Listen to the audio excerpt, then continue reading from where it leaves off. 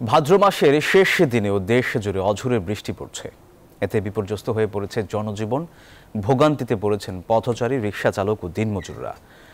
দর্শক, বৃষ্টির কারণে কোথাও কোথাও জলাবদ্ধতা সৃষ্টি হয়েছে। তবে সোমবার থেকে এই বৃষ্টির পরিমাণ কমে আসবে বলে জানিয়েছে আবহাওয়া অধিদপ্তর। স্থল নিম্নচাপের কারণে রোববার সকাল থেকে থেমে থেমে বৃষ্টির দাপট।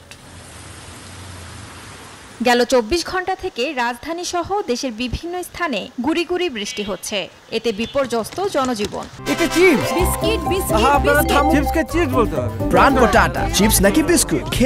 ভোগান্তিতে পড়েন পথচারী, রিকশা চালক ও দিনমজুররা।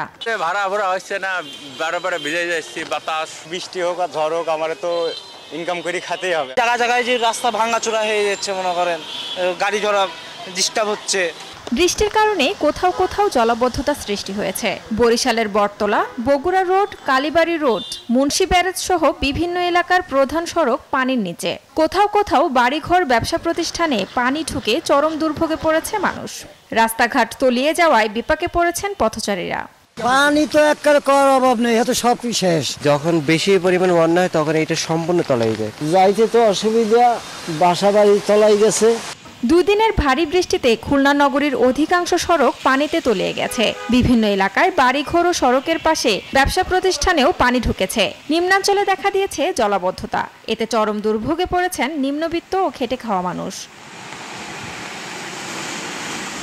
বঙ্গোপসাগরে সৃষ্ট নিম্নচাপটি দেশের উপকূল দিয়ে ঢুকে স্থল নিম্নচাপ হয়ে সবচেয়ে বেশি ক্ষতি হয়েছে কক্সবাজারে। ডুবে যায় দেশের এই পর্যটন শহর। দমকা হাওয়া ও ভারী বৃষ্টির কারণে দেশের সবকটি সমুদ্র বন্দরকে ৩ নম্বর সতর্ক সংকেত দেখাতে বলা হয়েছে। Desk report, news 24।